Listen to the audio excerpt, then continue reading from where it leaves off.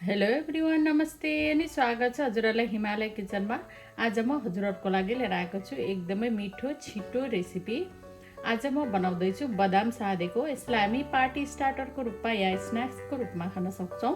यसको लागि मैले यहाँ प्यान बसाइसकेको छु र यसमा मैले राखेँ 1 कप बदामलाई।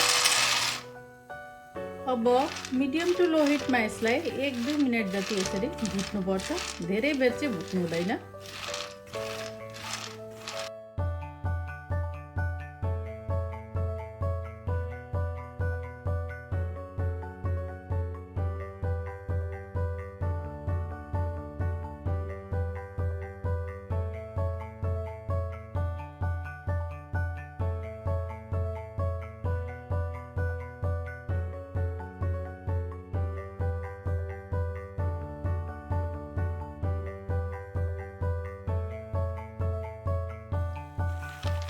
ल 2 मिनट जति बदामलाई मैले भुटिसकेको छु। हजुरहरूले पहिला नै भुटेको बदाम लिनुभएको छ भने चाहिँ भुट्नु पर्दैन। अब म यसलाई अर्को बलमा सार्छु। ल अब पिनटलाई मैले यसरी बलमा सारेपछि मैले यसमा राखेँ एउटा मिडियम साइजको प्याज मसिनो गरेर काटेको। त्यसै गरी एउटा सानो टमाटर। मैले टमाटरको बाहिरको भागलाई लिएको छु र भित्रको पार्ट गुदीलाई चाहिँ मैले यहाँ लिएको छैन।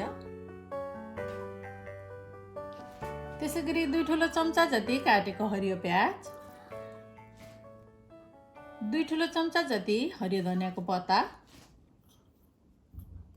त्यसै गरी मैले राखेँ 2टा लसुनको पोटी र 1 इन्च अदुवालाई यसरी मसिनो गरेर काटेर।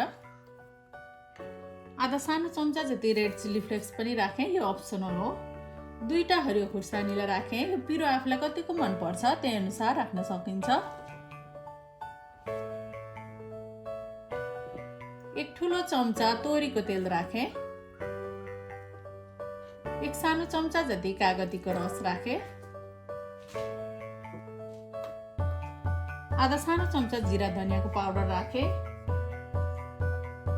आधा सानो चम्चा चाट मसला राखेँ र थोरै नुन पनि राखेँ मैले आफ्नो स्वाद अनुसार। अब यसलाई मिक्स गरिदिउँ।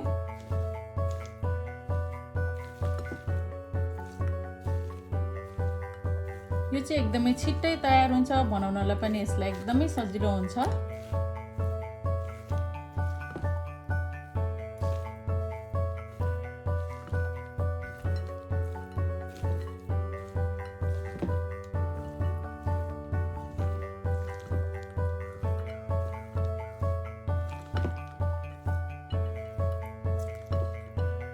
यति गरिसक्दा हाम्रो साँधेको बदाम रेडी भएको छ।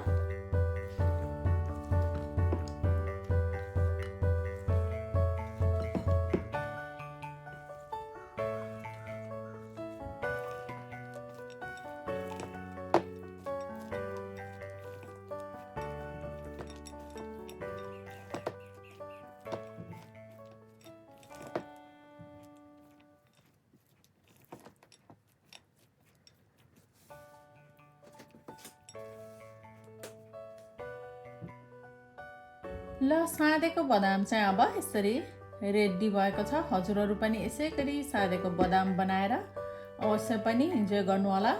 एकदमै छिट्टो तयार हुन्छ। हस् त यो मिठो बदाम साँधेको रेसिपी हजुरहरूलाई राम्रो लाग्यो भने हाम्रो भिडियोलाई लाइक कमेन्ट सेयर गरिदिनु होला। यस्तै रेसिपीहरूको लागि हाम्रो च्यानललाई सब्स्क्राइब पनि गरिदिनु होला। सब्स्क्राइब गरिसकेपछि नजिकै रहेको नोटिफिकेसन बेललाई पनि अवश्य पनि क्लिक गरिदिनु होला। फेरि पनि यस्तै मिठो परिकारको रेसिपी लिएर आउने नै छु। हाम्रो भिडियो हेरिदिनु भएकोमा हजुरहरूलाई धेरै धेरै धन्यवाद।